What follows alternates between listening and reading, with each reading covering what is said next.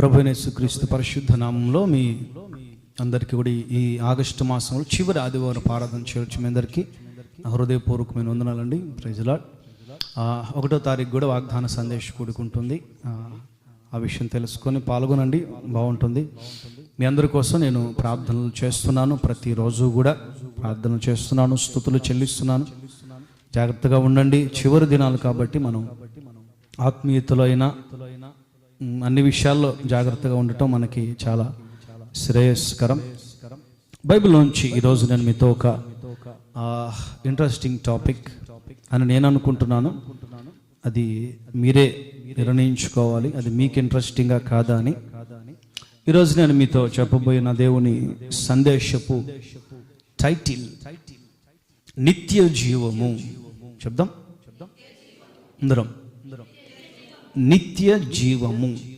నిత్య జీవము అనే దాని ఇంగ్లీష్లో ఇటర్నల్ లైఫ్, ఇటర్నల్ లైఫ్ అని అంటారు.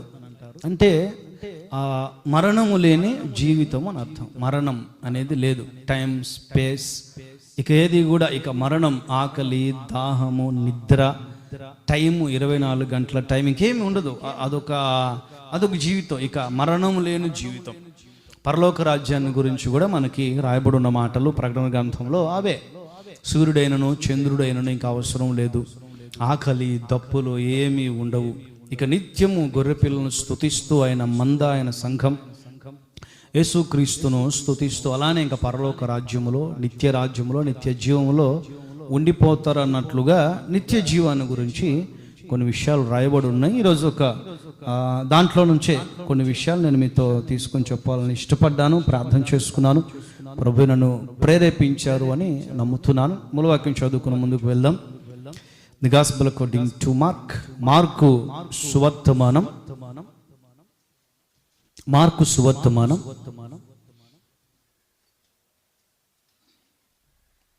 10వ అధ్యాయం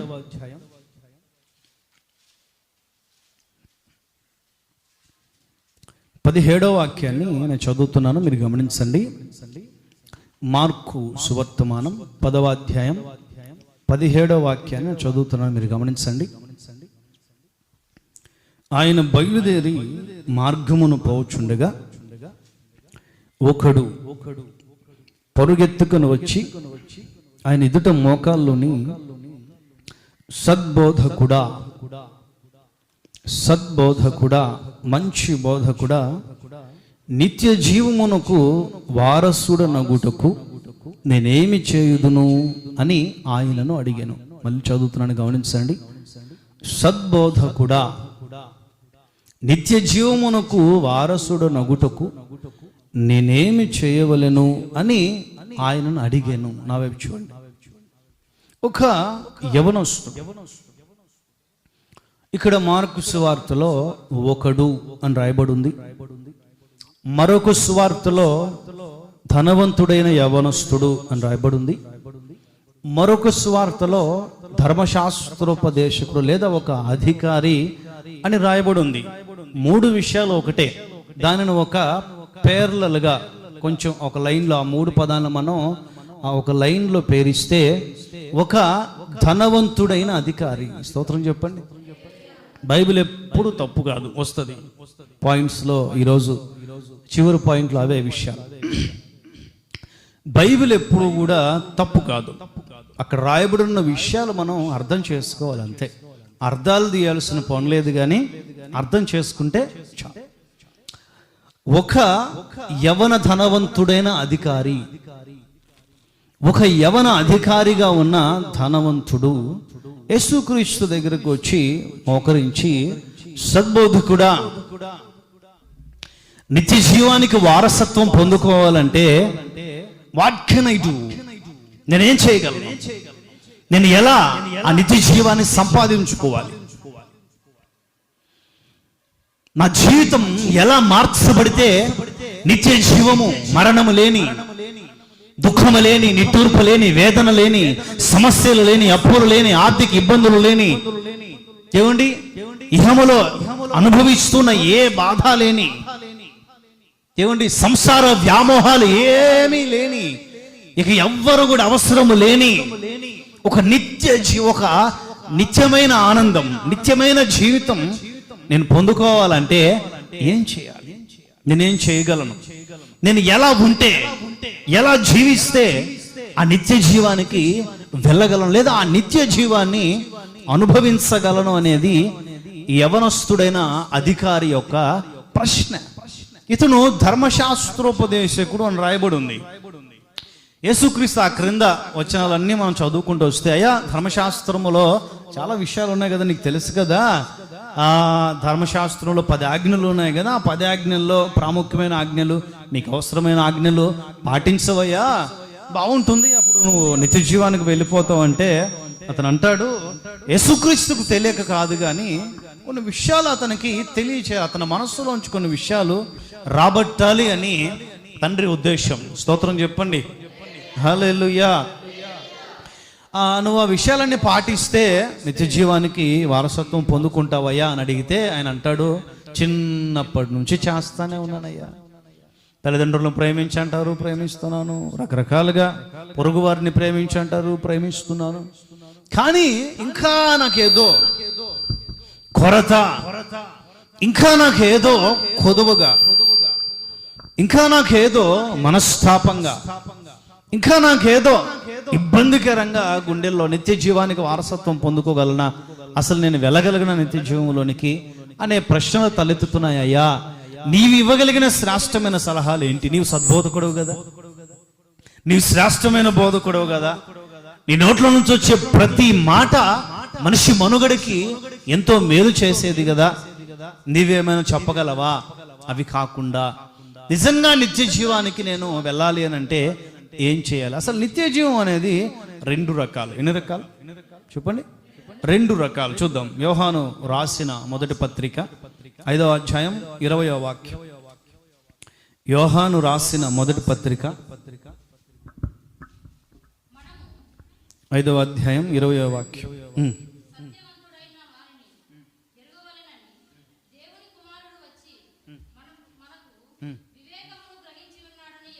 మొదటి పత్రిక 5:20 చదవండి.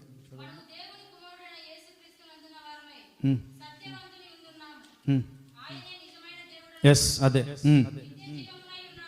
అది గమనించండి. ఆ ఒక్క పదాన్ని నోట్ చేసుకో.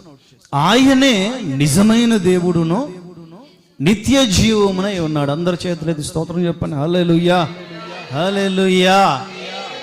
నా వైపు చూడండి. నిత్య జీవము అని అంటే ఏదో కాదు, మనం ఆరాధిస్తూ ఉన్న ప్రభు అయిన యేసుక్రీస్తుని భూమి మీద మన గుండెల్లో కలిగి ఉండటమే. ఆయనే నిత్య జీవం, ఆయనే నిత్య జీవానికి మార్గం. స్తోత్రం చెప్పండి. ఆయనను మన గుండెల్లో కలిగి ఉంటే, ఆయన చెప్పిన ప్రతి పదాన్ని మనం అనుసరిస్తూ ఉంటే, ఆయన చూపిన ప్రతి మాదిరిని మనం అనుభవిస్తూ ఉంటే, ఆయన నడిచిన ప్రతి మార్గములో మనం కూడా నడుచుకుంటూ వెళితే, ఆయన పడిన ప్రతి కష్టములో మనం కూడా పాల్గొనగలిగితే, స్తోత్రం చెప్పండి. సంగతి హల్లెలూయా. ఆయనే నిత్య జీవం. ఆయనను మనం ధరించాలి, ఆయనను మనం కలిగి ఉండాలి, ఆయనను మనం అనుభవించాలి. యేసుక్రీస్తు పిల్లలని చెప్పేదానికి ఒక సరైన పోలిక మనం ఈ భూమి మీద మనలో చూపించాలి. ఈ భూమి మీద అనుభవించే నిత్య జీవము ఆయనను కలిగి ఉండటం. ఆయన నిజమైన దేవుడు, వేరొక దేవుడు లేడు. ఆయనే నిత్య జీవం. ఆయనను మీరు కలిగి ఉండండి, మీరు నిత్య జీవ వారసులు. స్తోత్రం చెప్పండి, చెప్పండి గట్టిగా, చెప్పండి గట్టిగా. ఆయన చూపిన ప్రతి మాదిరి, ఒకటి ఇదొకటి అదొకటి అదొకటి ఇదొకటి అని నేను చెప్పలేను. ఎందుకంటే ఆయన చూపిన మాదిరికి అంతం లేదు. ఆయన ఆది అంతం లేనివాడు. అందుకే 1000 సంవత్సరాలుగా ఎన్నో వర్తమానాల రూపాల్లో దేవుని పిల్లలుగా ఉన్న మీ అందరికీ బోధించబడుతూ ఉన్న తరగనిది ఆయన మహిమైశ్వర్యం. ఆమేన్. ఆయన పోలికలు తరగనివి. తవ్వుతూ ఉంటే భూగర్భంలోంచి బయటికి రాగలిగిన ఒక రత్నముల గని నా దేవుని స్వభావాలు, అవన్నీ మీరు కలిగి ఉంటూ ఒక్కొక్కటిగా నేర్చుకుంటూ ఉంటే నిత్య జీవం మీరు కలిగి ఉన్నట్లే భూమి మీద. రెండవ నిత్య జీవం దానియేలు ప్రవచన పుస్తకం 12:2. దానియేలు ప్రవచన పుస్తకం 12:2.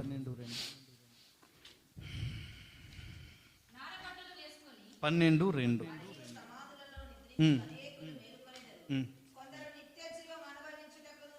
గమనించండి, సమాధుల్లో నుండి అందరూ లేస్తారు.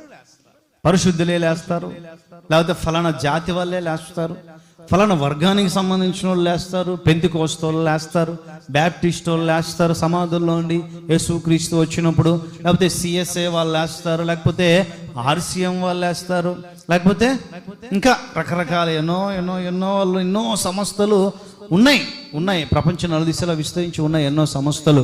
వాళ్ళు లేస్తారు, వీళ్ళు లేస్తారు, పరిశుద్ధులే లేస్తారు, మిగిలిన అందరూ లేరు అని కాదు.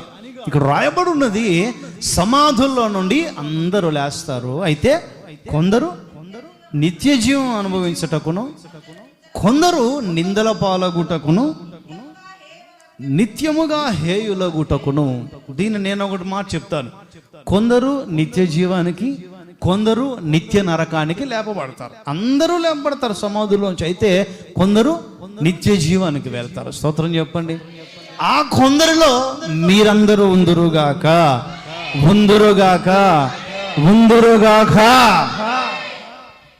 అందరం లేస్తాం ఆర్భాటంతో, ప్రధాన దూత శబ్దంతో, దేవుని బూరతో. పరలోకపు కాపరి అయిన, ప్రధాన కాపరి అయిన ఆయన దిగి వచ్చినప్పుడు సమాధులు తెరవబడతాయి. సమాధులన్నీ తెరవబడతాయి. జీవముతో ఉన్న వాళ్ళందరూ కూడా ఆత్మ శరీరులుగా మార్చబడి, మహిమా శరీరులుగా మార్చబడి ఎత్తబడతారు. సమాధులు చీలి సమాధులో ఉన్న వాళ్ళందరూ లేపబడతారు. పాపులు, పరిశుద్ధులు, చిన్నలు, పెద్దలు, ధనికులు, దరిద్రులు, నాయకులు, లేకపోతే ఆ నాయకత్వం కింద ఉన్నవారు, సీఎంలు, పిఎంలు, ఏం లేదు, ఏ భేదం లేదు, అందరూ లేపబడతారు. స్తోత్రం చెప్పండి.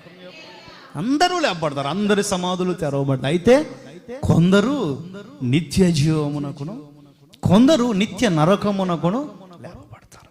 మనం ఏ జాబితా ఆలోచించుకోవాలి, మనమే నిర్ణయించుకోవాలి. నిత్య జీవానికి వెళ్ళాలి అంటే ఇది యవనస్తుడైన, ధనవంతుడైన అధికారి అడుగుతున్న ప్రశ్న, నేనేం చేయాలి? వాట్ కెన్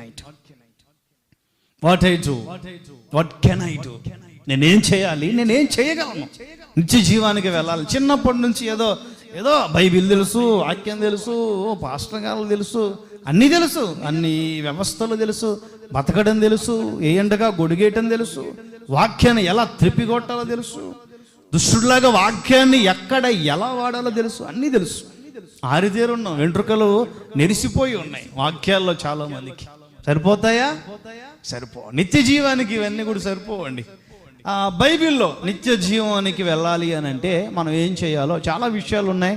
దగ్గర 5-6 విషయాలు ముఖ్యమైనవి ఉన్నాయి. అన్నీ నేను మీతో చెప్పను, వాతావరణం మారుతుంది కాబట్టి ఒక 3 విషయాలు, 2-3 విషయాలు సమయం నాకు సహకరించిన దాన్ని బట్టి మీకు ఎలాగో ఫుడ్ కూడా ఏర్పాటు చేయలేకపోయాం కాబట్టి త్వరగా ముగిస్తాను. మీరు ఇంటికి వెళ్ళి దుమ్ము లేపచ్చు. రోమాపత్రిక మొదటిది, రోమాపత్రిక 2వ అధ్యాయం 7వ వాక్యం, చాప్టర్ 2:7. రోమాపత్రిక 2:7. నిత్య జీవం పొందుకోవాలి. 2 రకాల నిత్య జీవం గమనించాలి. మీరు ఈ 2 రకాలని గుర్తుపెట్టుకోవాలి. మొట్టమొదటి నిత్య జీవం ఏంటి? భూమి మీదనే మనం యేసుక్రీస్తుని కలిగి ఉండటం, అనుభవించడమే నిత్య జీవం. రెండవదిగా చనిపోయిన తర్వాత, సమాధులు తెరవబడిన తర్వాత మనం పరలోకానికి వెళ్ళటమే నిత్య జీవం, ఇక మరణం లేని జీవితం.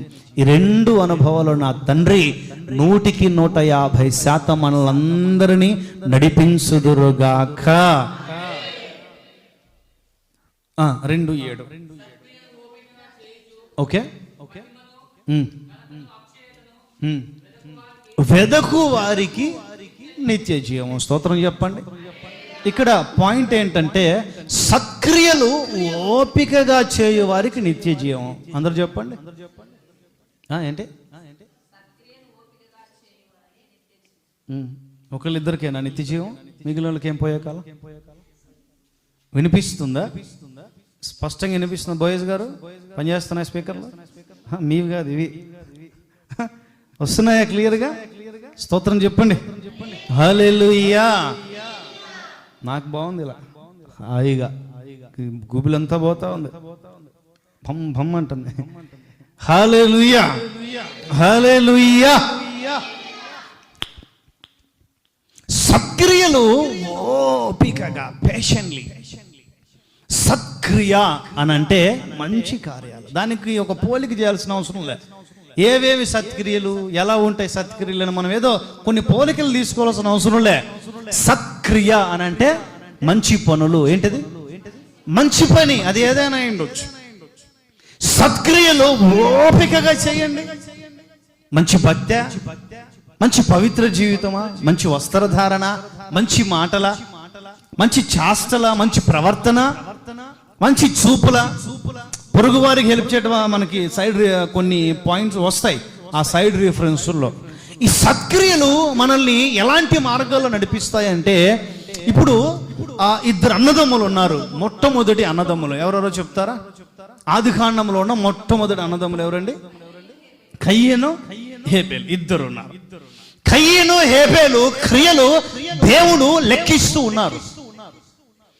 కయ్యను క్రియలు లెక్క పెట్టబడుతున్నాయి, హేబేలు క్రియలు లెక్క పెట్టబడుతున్నాయి. కయ్యను క్రియలు తూకం వేయబడుతున్నాయి, హేబేలు క్రియలు తూకం వేయబడుతున్నాయి. కయ్యనుకి తీర్పు తీర్చబడటానికి అతని క్రియలకు తగిన ప్రతిఫలము లెక్క చేయబడుతుంది. హేబేలుకి తీర్పు తీర్చబడటానికి తనకు సంబంధించిన క్రియలకు సంబంధించిన తీర్పు లెక్క పెట్టబడు, లెక్కలు జరుగుతున్నాయి.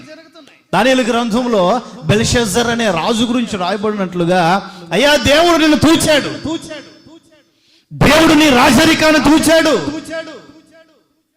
దేవుడు నీ క్రియలను తూచాడు, దేవుడు నీ ప్రవర్తన స్వభావం, నీవు గద్దెని నెక్కినప్పటి నుంచి ఇప్పటి వరకు పరిపాలన చేసిన పాలన విధి విధానాలు, దేవుడు నిన్ను రక్షించినది మొదలుకొని ఇప్పటి వరకు నీవు చేసిన క్రియలన్నీ కూడా తూచాడు.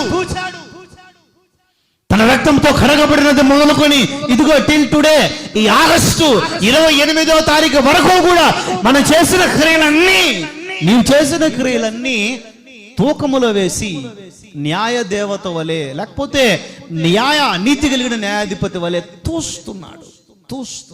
ఏం చేస్తున్నాడు? క్రియలు తూస్తున్నాడు.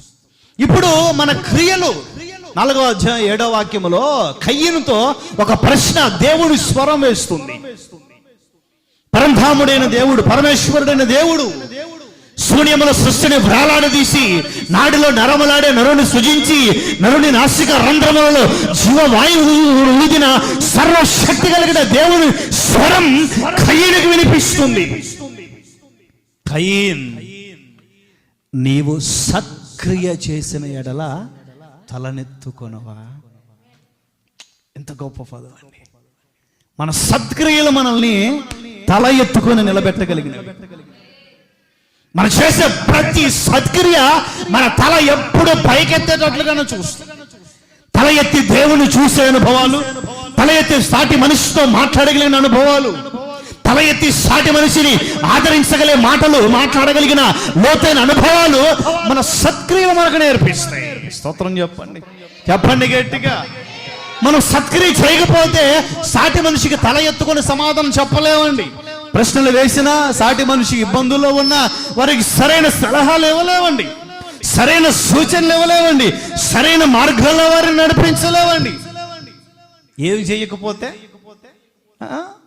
చెయ్యకపోతే సత్క్రియ చేయకపోతే, సత్క్రియల మార్గాల్లో మనం గనక నడవకపోతే తల ఎత్తుకొని బ్రతికే జీవితం మనకు ఉండదండి. తలదించుకున్నాడు కయీన్. Where is your brother? Where is your brother? నీ తమ్ముడు ఎక్కడున్నాడు? నీ సోదరుడు ఎక్కడున్నాడు? నీ సహోదరుడు, నీ సహ ఉదరుడు, నీ తోబుట్టు ఎక్కడున్నాడు? నీతో పాటు పోటీ పడి నీ తల్లి గర్భాన్ని చీల్చుకొని నీకు పోటీగా ప్రపంచంలో అడుగుపెట్టిన నీ సహోదరుడు ఎక్కడున్నాడు? నీవు సత్క్రియ చేసిన ఎడల తలనెత్తుకున్నావా?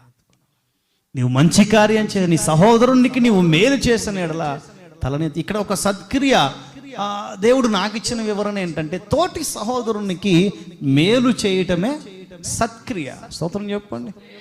తోటి విశ్వాసికి, తోటి వ్యక్తికి మేలు చేయటమే సత్క్రియ. తోటి వ్యక్తికి ఆశీర్వాదకరంగా ఉండడమే సత్క్రియ. తోటి వ్యక్తిని గురించి నీ ప్రార్థన పుణ్యమా అని, నీ మాటల పుణ్యమా అని, నీవు దేవుని మాటలు నాకు చెప్పడం ద్వారా ఆ పుణ్యమాని నేను ఈరోజు సజీవునిగా ఉండగలిగానని నీ గురించి తోటి వ్యక్తి చెప్పటమే సత్క్రియ. కానీ కయీను ఆ సత్క్రియకి నోచుకోలేకపోయాడండి. మొట్టమొదటి అన్నదమ్ములు, ప్రపంచ అన్నదమ్ములు అని చెప్పబడే ఆ నెక్స్ట్ జనరేషన్ అన్నిటికీ కూడా మాదిరిగా నిలవగలిగిన అన్నదమ్ములు సత్క్రియ చేయలేకపోయాడు, తలదించుకునే పని. చూడండి, ఈ అన్నదమ్ముల లేకపోతే ఒక రెండు రకాల స్వభావాల వైఖరి బైబిల్ చరిత్రలో ఎన్నో సందర్భాల్లో. ఇప్పుడు కయీన్, హేబేలు సత్క్రియ చేసిన వాడు, కయీను సత్క్రియ చేయనివాడు, తల ఎత్తుకోలేని పరిస్థితులు. తర్వాత ఏశావు, యాకోబు. చూడండి, ఇక్కడ కూడా అన్నయ్య గాడి దొప్పుతున్నాడు, ఇక్కడ కూడా అన్నయ్య గాడి దొప్పుతున్నాడు. ఏశావు పరిస్థితి ఏమో బాలా, సత్క్రియ చేయలేకపోయాడు, ఆశీర్వాదం విలువ తెలుసుకోలేకపోయాడు. పరలోకపు నివాసి అయిన దేవుడు ఆశీర్వదించే ఆశీర్వాదములో ఉన్న శ్రేష్ఠ దీవెన యొక్క విలువ గమనించలేకపోయాడు. ఏశావు ఎవరైనా ఎర్రనోడు, ఎర్రనివాడు. అతని చర్మ సౌందర్యం అతనికి మేలు చేయలేకపోయింది. కానీ యాకోబు, అతని సహోదరుడు తమ్ముడు యాకోబు సత్క్రియలు చేస్తూ దేవుని దీవెనకి నానాటికి అర్హులుగా మార్చుకుంటాడు. చూడండి, ఈ మేలు కీడులు ఆలోచించుకుంటే అక్కడ హేబేలు తిరిగి అన్నను చంపగలిగిన స్థాయిలో ఉన్నాడు, కానీ చంపకుండా చచ్చిపోయే స్థితిలో ఉండిపోయాడు. ఇక్కడ యాకోబు కూడా తిరిగి అన్నని ఎదిరించి జయించగలిగిన స్థితిలో ఉన్నాడు, అయినా కూడా జయించలేకపోయాడు. పారిపోవటమే, తప్పించుకొని వెళ్ళిపోవటమే ఇవన్నీ చేస్తున్నాడు, కానీ తిరిగి ఎదురాడే పరిస్థితిలో లేడు. తర్వాత మనం ఓర్ప, రుతు, తోడిగోడళ్ళు, తోబుట్టువులు కాకపోయినా, తోబుట్టు అంటే ఏంటి, కలిసి పుట్టినోళ్ళు కదా, లేకపోతే ఒకే రక్తంతో పుట్టినోళ్ళు కదా, ఒకే తల్లి గర్భంలో తోబుట్టువులు. వాళ్ళిద్దరు తోబుట్టువులు కాకపోయినా తోడికోడళ్ళు, ఓర్ప, రుతు. ఎవరెవరు? ఓర్ప, రుతు. కానీ పెద్ద కోడలైన ఓర్పు లేకుండా అత్త మెడ మీద పడి ముద్దు పెట్టుకొని తిరిగి వెళ్ళిపోయింది. కానీ రుతు, చిన్న కోడలైన రుతు ఏం చేసింది? అత్త మెడ మీద పడి ముద్దు పెట్టుకున్నా నిన్ను విడువనత్త, యెహోవా జీవము తోడు నేను నిన్ను విడువనత్త, నీ దేవుడే నా దేవుడే, నీ జనమే నా జనం. ఏం మాటలండి!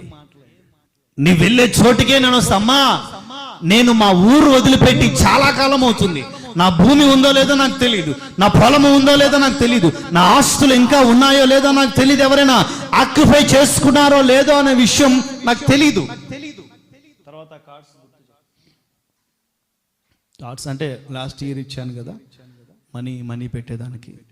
డిసెంబర్ వస్తుంది, ఒక 2-3 months మీకు నిడివి ఇస్తే మీరు కొంచెం గ్యాదర్ చేసుకుంటారని గుర్తుచే, ఇందాకే ఇవ్వాలి, మర్చిపోయాను. హల్లెలూయా, హల్లెలూయా. ఈ పేర్లు రాయించాలి. ఇవి రాస్తే మ్యాక్సిమం మందిరానికి సంబంధించి అయిపోతాయి. మెల్లగా దేవుని చిత్తం ఉంటే ఇంకేదైనా చూద్దాం. అక్కడ బోర్డు కూడా అసలు హోసన్న మందిర్ బోర్డే కాదు అది, ఆ బోర్డు కూడా అసలు ముందు ఆ బోర్డును టార్గెట్ చేయాలి. చెప్పండి హల్లెలూయా, చెప్దాం హల్లెలూయా. అక్కడ నా ఆస్తిపాస్తులు ఎలా ఉన్నాయో నాకు తెలియదమ్మా. నువ్వు నాతో వస్తే అనాథమైపోతావు, నువ్వు నాతో వస్తే ఆకలి తప్పదు, నువ్వు నాతో వస్తే వేదన తప్పదు, నిద్ర లేని రాత్రులు తప్పవు. ఏదైనా అయ్యుండొచ్చు, నీ దేవుడే నా దేవుడు. సత్క్రియ, సత్ప్రవర్తన, అక్కడ రాయబడి ఉంటుంది సత్ప్రవర్తన. బోయజ్ అంటాడు, అమ్మా నీ ప్రవర్తన, నీ సత్ప్రవర్తన నేను చూశాను, నేను విన్నాను. సత్క్రియ నేను చూశాను, నేను విన్నాను. చూడండి, మన సత్క్రియలు తోటి వారికి కీడు చేయకుండా, తోటి వారికి మేలు చేయగలిగిన సత్క్రియలతో మనం అడుగులు ముందుకు వేయగలిగిన పరిస్థితి. మన ద్వారా ఒకరికి పొరపాటున మేలు జరగకపోయినా పర్వాలేదు, కానీ పత్రిక లేకపోతే బైబిల్ సారాంశం ప్రకారం కీడు మాత్రం జరగకూడదు. ఒక విశ్వాసిగా, ఒక తోటి వ్యక్తిగా, ఒక సామాన్యునిగా, బయట సమాజంలో ఉన్న వారికా, ఎవరైనా ఒక కుటుంబానిక మన ద్వారా మేలు జరగకపోయినా పర్వాలా, మన ద్వారా ఏదో డబ్బులు లేకపోయినా పర్వాలా, మనమేదో మాట సహాయం చేయకపోయినా పర్వాలేదు. ప్రస్తుతం సమాజం అంటే బాగలేదు అనుకోండి, బాగలేదు. మేలు చేయాలి అంటే మనకే కీడు వచ్చేస్తుంది. నోరు తెలవకుండా నాలుగు కోసేసి సమాజం, నువ్వు కాక వేరొక దిక్కు లేదంటాడు. చిట్ట చివరికి మనం అండగా నిలబడి ఏదైనా సంతకం చేసామంటే దివాలా తీసి వెళ్ళిపోతాడు, ఆలోచి మన మీద పడతాడు. మేలు చేయకపోయినా పర్వాలేదు, కానీ కీడు జరగకూడదు అనేది నేను చెప్పే మాటల యొక్క సారాంశం. చూడండి, ఒక యవ్వనస్తురాలు, భర్త చనిపోయిన ఒక యవ్వన స్త్రీ కాని దేశంలో, కాని ప్రాంతంలో అడుగుపెట్టి చరిత్రలో యేసుక్రీస్తు వంశావళిలో శ్రేష్టమైన ఒక స్త్రీగా ఆ జాబితాలో చేర్చబడిన దానికి కారణం సత్క్రియ. స్తోత్రం చెప్పండి గట్టిగా సత్క్రియ. నీవు సత్క్రియ చేసిన ఎడల తలనెత్తుకునవా? నీవు సత్క్రియ చేసిన ఎడల నీ జీవితం ప్రకాశవంతంగా మార్చబడి. చూడండి, మత్తయి సువార్త 5:16 ఈ సత్క్రియని ఒక వెలుగుతో పోలుస్తారు యేసయ్య. 5:16 5:16 మనుషులు, తోటి వ్యక్తులు, ఇతరులు, నాడిలో నరమలాడే నరులు నీ సత్క్రియలు చూసి పరలోకములో ఉన్న దేవుణ్ణి మహిమపరిచేటట్లు వారి ఎదుట మీ వెలుగు ప్రకాశింపనీయుడి. సత్క్రియలు అనే వెలుగు. స్తోత్రం చెప్పండి.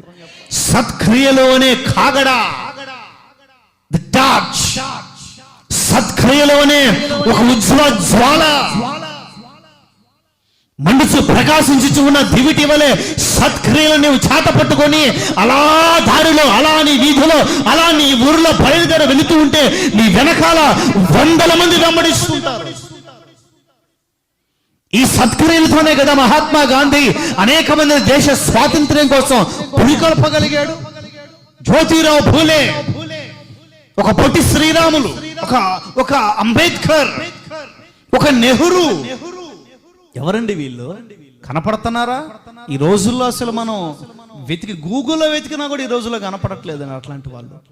గూగుల్లో వెతికినా కూడా వాళ్ళు చరిత్రలో ఉన్న వాళ్ళ మహానుభావులని ఫోటోలు స్కూల్లో, కాలేజీలో పెట్టుకుని వాళ్ళకి దండాలు పెడుతున్నామే కానీ మరి బాబు వాళ్ళల్లో ఒక్కరిలాగా అయినా నేను ఉండాలి ఈ రోజుల్లో అనుకునే వాళ్ళు ఎంతమంది అండి?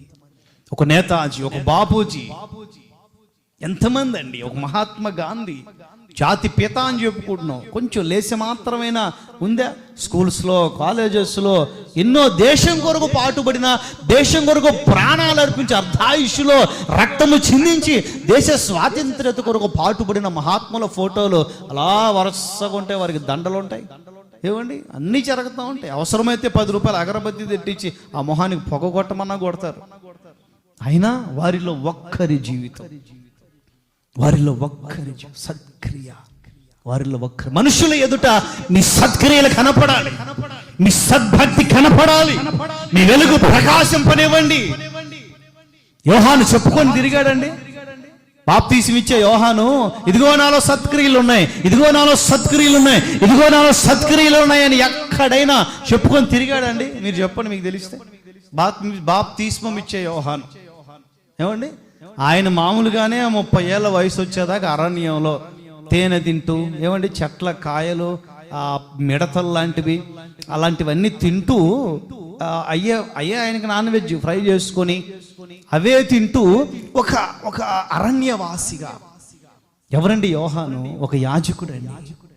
జకర్యా తర్వాత యాజకత్వం వారసత్వం ఈ యోహానుదండి. యాజకుడికి ఏం తక్కువ అండి? బలిపీఠం దగ్గర వచ్చే బలి పశువుల్లో సగం యాజకులువే. ప్రత్యక్ష గుడారం లోపల సముఖపు రొట్టెలో ఉండే ఆ రొట్టెలో యాజకుడివే. అర్పణలు, బలులు, యాగములు, ఏది వచ్చినా సమర్పణలు, బంగారం, వెండి ఎన్నో వస్తాయి. పశువులు, గొడ్లు, పక్షులు, ఏమండి, సగం దేవునికి సగం యాజకునికి. అది కట్టడా? ఆ సమృద్ధిని, ఆ పరిస్థితులన్నీ కూడా వదులుకొని అరణ్యంలో మిడతలు తింటూ బ్రతికాడండి. ఎక్కడ కూడా నేను సత్క్రియలు చేస్తానని చెప్పుకొని తిరగల, ఎక్కడ నేను మహాభక్తులను చెప్పుకొని తిరగల, కానీ నా ప్రభువుని నా ప్రభు అయిన యేసు క్రీస్తే ఈ యోహాను గురించి ఏం మాట్లాడుతున్నారు తెలుసా మీకు? ఇప్పుడు చదివించిన మాటకి సంబంధించి పేర్లలో కూడా ఏమైనా గుర్తుంటే చదవండి. తెలుసా మీకు? అదే తెలియదు. ఇప్పుడు చదివించిన మీ వెలుగు ప్రకాశింపనీయుడి అని ఉంది కదా, ఆ వెలుగుకు సంబంధించిన వర్డ్ యోహాను గురించి బైబిల్లో ఉంది. తెలుసా? యేసయ్య అంటారు, అతడు మండుచు ప్రకాశించుచు ఉన్న దీపమై ఉన్నాడు. కోటని గట్టిగా ప్రభువు చెప్పండి. కోటని గట్టిగా ప్రభువు చెప్పండి. కోట గట్టిగా. దీపమైన సత్క్రియలు, ఇంట్లో వాళ్ళందరికీ మాదిరి చూపగలిగిన, వెలుగునివ్వగలిగిన సత్క్రియ, వీధిలో వాళ్ళందరికీ వెలుగు చూపగలిగిన సత్క్రియ భలే ఉంటుందండి. అపోస్తుల కార్యాలు 9:36, అపోస్తుల కార్యాలు 9:36 భలే ఉంటుంది. 9:36 యొప్పేలో ఉండేను.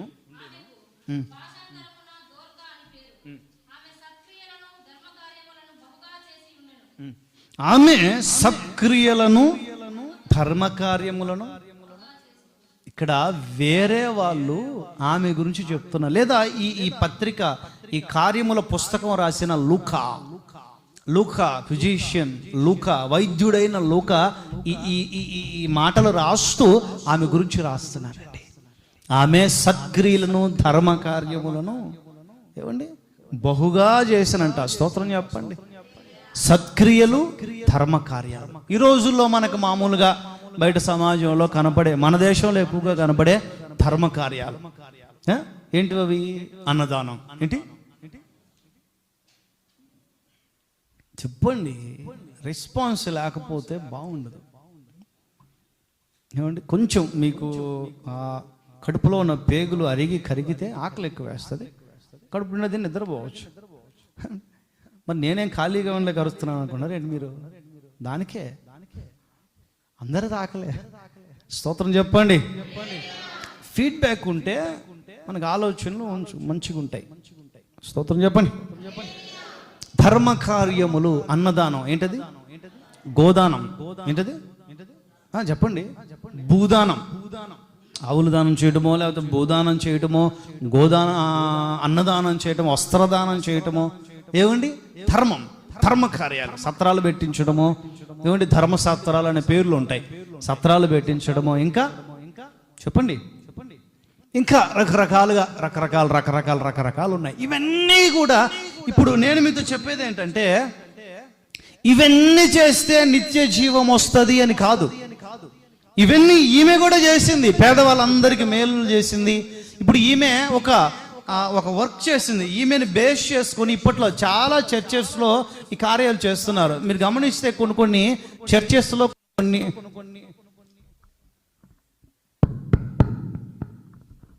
కొన్ని సంస్థల్లో, మందిరాల్లో మిషన్లు కుడుతుంటారు. తెలుసా మీకు? మందిరాల్లో ఫ్రీగా మిషన్ కుట్టడం నేర్పించడమో, బట్టలు కుట్టడమో, మిషన్స్ ఉంటాయి మందిరాల్లో, చాలా ఫౌండేషన్స్. అవి ఈమె దగ్గర నుంచే వచ్చాయి. అట్లా చదువుకుంటూ వస్తే ఆమె చనిపోతుంది, కొంచెం అనారోగ్యం పాలై చనిపోతే శుభ్రంగా శవాన్ని కడిగి మేడగదిలో పడుకోబెట్టి పేతురు గారికి కబురు పంపిస్తారు. అయ్యా దైవజనుడా, కొంచెం ప్రార్థన చేయండి అయ్యా, ఇట్లా మంచి కార్యాలు చేసి ధర్మకార్యాలు చేసింది, అనేక పేద ప్రజలకు ఉపయోగపడింది అయ్యా, అనేక పేదవాళ్ళు వస్త్రాలు చేసుకోవడానికి చేతితో వస్త్రాలు కుట్టిందయ్యా, ఫ్రీగా వస్త్రాలు పంపిణీ చేసిందయ్యా, సత్క్రియలు చేసిందయ్యా. అలాంటి ఆమె ఇప్పటికిప్పుడు అర్ధాంతరంగా రోగం పాలై చనిపోయిందయ్యా. మీరేదో ఒకటి ప్రార్థన చేయండి అయ్యా అని పేతురు గారిని అడిగితే, పేతురు గారు వచ్చారు. ప్రార్థన చేస్తూ ఉంటే ఆ పేతురు గారు రూములో ప్రవేశించిన వెంటనే వాళ్ళందరూ వచ్చి, విధవరాళ్ళు, ఆమె ద్వారా మేలు పొందిన వారందరూ వచ్చి ఏం చేశారు? ఆమె కుట్టిన, అయ్యా ఇదిగో ఆమె కుట్టిన వస్త్రాలు, ఆమె పుణ్యమాని ఈరోజు బట్టలు వేసుకున్నారు, ఆమె పుణ్యమానే మా పిల్లలు బట్టలు వేసుకున్నారయ్యా, ఆమె పుణ్యమానే ఈరోజు మేము మంచి బట్టలు వేసుకుని తిరుగుతున్నాం అయ్యా. చినిగిన బట్టలు వేసుకుని ఆడపిల్లలు, ఆడవాళ్ళైనా కూడా చినిగిన బట్టలు వేసుకుని, లేకపోతే బట్టలు లేని పరిస్థితిలో ఉండి ఇతరుల ద్వారా దూషణలు భరిస్తూ ఉన్న పరిస్థితిలో ఈమె పుణ్యమాని, ఈమె ధర్మకార్యాలు సత్క్రియల పుణ్యమానే ఈరోజు మేము ఉన్నాయా. కానీ మాలాంటి వాళ్ళు ఎంతోమందికి ఉపయోగపడగలిగిన ఈమె ఇలా చనిపోవడం మాకు అందరూ చెప్తుంటారు కదా, మహానుభావుడే అప్పుడే పోయాడు, మహానుభావుడు అలా అప్పుడే బకెట్ తినేసిందని చెప్తున్నారు. అప్పటికి ఇప్పట్లో మనోళ్ళు చెప్పే పదాలు వాళ్ళకు వర్తించవు, వాళ్ళు చేసే పనులకు వర్తించవు, వాళ్ళ ఆయుష్కి వర్తించవు. 90 ఏళ్ళు 80 ఏళ్ళు ఉంటాయి. అప్పటికి అంత ముడతలు చర్మం పడిపోయి, కళ్ళు లోపలికి వెళ్ళిపోయి, పళ్ళు ఊడిపోయి, ఇక జాలి అని చెప్పి తను జాలించుంటారా, అక్కడికి పోయి అప్పుడు వెళ్ళిపోయిందంట. అదేదో 40 ఏళ్ళ యవనస్తులు అన్నట్టు అప్పుడు వెళ్ళిపోయింది అయ్యా అంటుంటారు. అప్పుడే పోయాడా, ఇంకో 10 ఏళ్ళు బతికితే ఎవరిని పీడించడానికి అర్థం కాదు. ఏమండి, ఇంకా ఎంతమందిని నాశనం చేయడానికి అర్థం. ఇప్పుడు వర్తించలేండి. కానీ ఈమె గురించి ధర్మకార్యాలు సక్రియలు, పొరుగు వారికి హెల్పింగ్ నేచర్. నేను మీతో చెప్పాలనుకున్న మాట, ఇలాంటి ధర్మకార్యాలన్నీ చేస్తే మనం నిత్య జీవానికి పోతామని కాదు. ఈ ధర్మ కార్యాలన్నీ యేసుక్రీస్తు నామములో చేస్తే నిత్య జీవానికి పోతాం. స్తోత్రం చెప్పండి, చెప్పండి గట్టిగా, చెప్పండి గట్టిగా, చెప్పండి గట్టిగా. ఒక స్త్రీ, ఒక యవనస్తురాలైన తబిత అని చెప్పబడిన ఒక ఆడపిల్ల చూడండి. ఈ మదర్ తెరిసా కూడా చిన్న 12-14 ఏళ్ల వయసులో భారతదేశంలో అడుగుపెట్టినట్లుగా చరిత్ర చెబుతుంది. లేదా 16 సంవత్సరాల వయస్సు లోపు. ఏ దేశం అండి?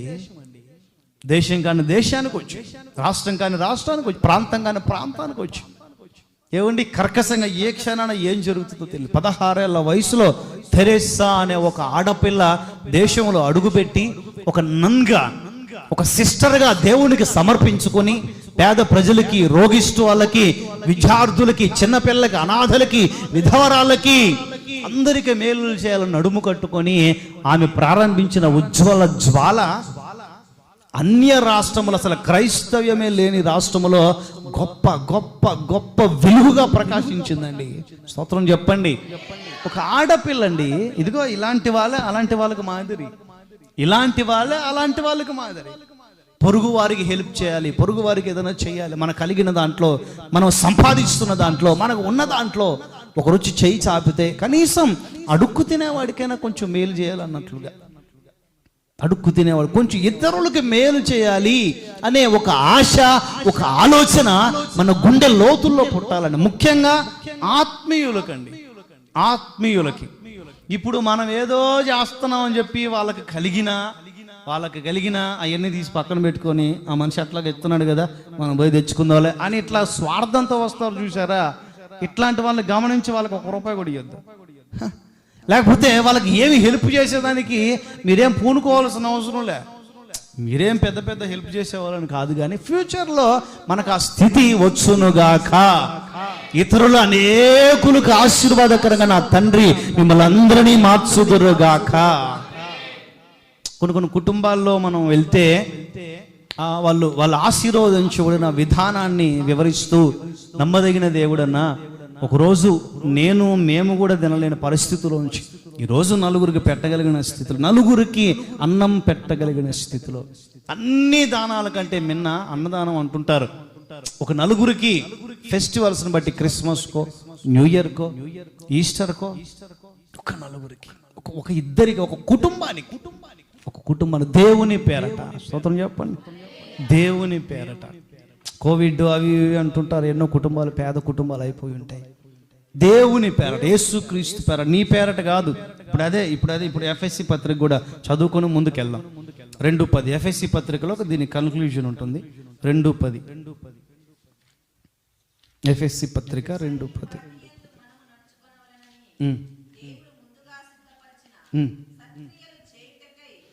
దేవుడు ముందుగా సిద్ధపరిచిన సత్క్రియలు చేయుటకై సృష్టింపబడిన వారమే ఆయన చేసిన పని అయ్యున్నస్. మనం సత్క్రియలు చేయటానికే కళ్ళు తెరవాలి. ఇంటికి పోయాక ప్రార్థనలో హల్లెలూయా. ఏం టెన్షన్ పడాల్సిన సత్క్రియలు చేయటానికే ఆయన మనల్ని పిలిచారు, ఆయన మనల్ని నియమించారు, రక్తంతో కడిగారు. ఇప్పుడు ఆ పై వచనాలన్నిట్లో ఏముంటది అని అంటే, మన క్రియలు, మనం చేసిన క్రియలను బట్టి ఆయన మనల్ని రక్షించలేదు, తన కృపచేతనే రక్షించాడు. ఇప్పుడు మనం చేసిన క్రియలు ఏవి కూడా, మంచి కార్యాలు ఏవి చేసినా, నువ్వెంత ఉత్తముడివైనా, నువ్వెంత పరిశుద్ధుడివైనా, ఎంత తోపు అన్నట్లుగా ఏదో అంటుంటారు కదా, అట్లా అయినా కూడా దానిని బట్టి దేవుడు నిన్ను రక్షించలేదు, తన కృపచేతనే రక్షించాడు. స్తోత్రం చెప్పండి గట్టిగా. రక్షణ పొందక మునుపు అవి ఏవి చేసినా దేవుని లెక్కలోనికి రావు. ఎందుకో తెలుసునా? మన స్వార్థం కోసం చేస్తాం. చేసే ఎన్ని చేస్తామా, చిట్ట చివరికి ధర్మశాస్త్ర యుగంలో ఏంటి, చేసిన పాపాలన్నీ చేస్తాడు. చిట్ట చివరికి ఒక ఎద్దునో, ఒక దూడనో, ఒక ఆవునో, లేకపోతే ఒక పౌరన్నో, ఒక గువ్వనో, ఒక మేకనో తీసుకొచ్చి ఆ యాజకుడు మొహాన్ని కొట్టి బలి చేసే పాస్టర్ గారు ఇదిగో ఇయ్యే నా పాపాలు అంటాడు. చేసేయని చేస్తాడు. ఇప్పుడు ఆ బలి ఇచ్చాడు కదా అని చెప్పి ఈ పాపాలు అంతాడా? అందుకనే ధర్మశాస్త్రం గురించి రాయబడి ఉంది, పాపములన్నీ కూడా కప్పబడుతూ వచ్చాయట. ఏం పడుతూ చెప్పండి? కప్పబడింది. అట్లా పైకి తీస్తే కనపడదా? కప్పబడినది కనపడుతుంది, తొడవబడినది కనపడదు. నా ప్రభువైన యేసుక్రీస్తు తన కలువరి శిలువలో తన ఆఖరి రక్తం బొట్టు వరకు కూడా మన కొరకు చిందించి మన పాపములన్నీ కడిగి పడేశాడు. కొట్టు గట్టిగా ప్రభు చెప్పట్లు, కొట్టు గట్టిగా ప్రభు చెప్పట్లు. హల్లెలూయా. సత్క్రియ, అప్పటి నుంచి మనం చేసే ఏ సత్క్రియ అయినా కూడా దేవుని లెక్కలోకి వస్తుంది. అప్పటి నుంచి మనం చేసే సత్క్రియలు ఎలా ఉంటాయి తెలుసునా? అయ్యా నాకు ఈ హెల్ప్ చేస్తున్నావు దేవుళ్ళు అంటాడు భయ్యా అని ఎవరైనా అన్నారంటే నేను కాదయ్యా దేవుణ్ణి, యేసుక్రీస్తు. స్తోత్రం చెప్పండి.